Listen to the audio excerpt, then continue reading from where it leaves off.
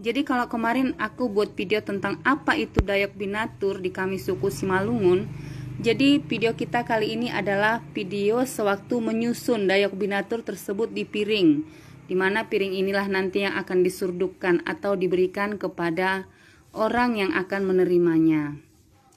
Jadi ini bukan kami yang buat ya, tetapi kami menempah kepada orang yang menerima cateringan untuk membuat seperti ini. Kalau di Siantar banyak sih yang menerima seperti ini ya. Cuman ya tergantung kita, tergantung selera. Karena walaupun sama-sama Dayak Binatur, walaupun sama-sama Hina Sumba, tetapi pegangan setiap orang itu berbeda gitu loh. Sama seperti kita masak, walaupun bumbunya sama, walaupun caranya sama, tetapi rasa belum tentu sama gitu loh.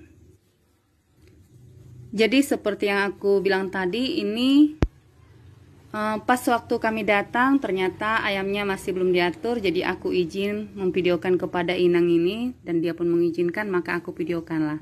Ini disusun dari kepala sampai ekor sesuai urutan sebagaimana ayam tersebut sewaktu masih hidup.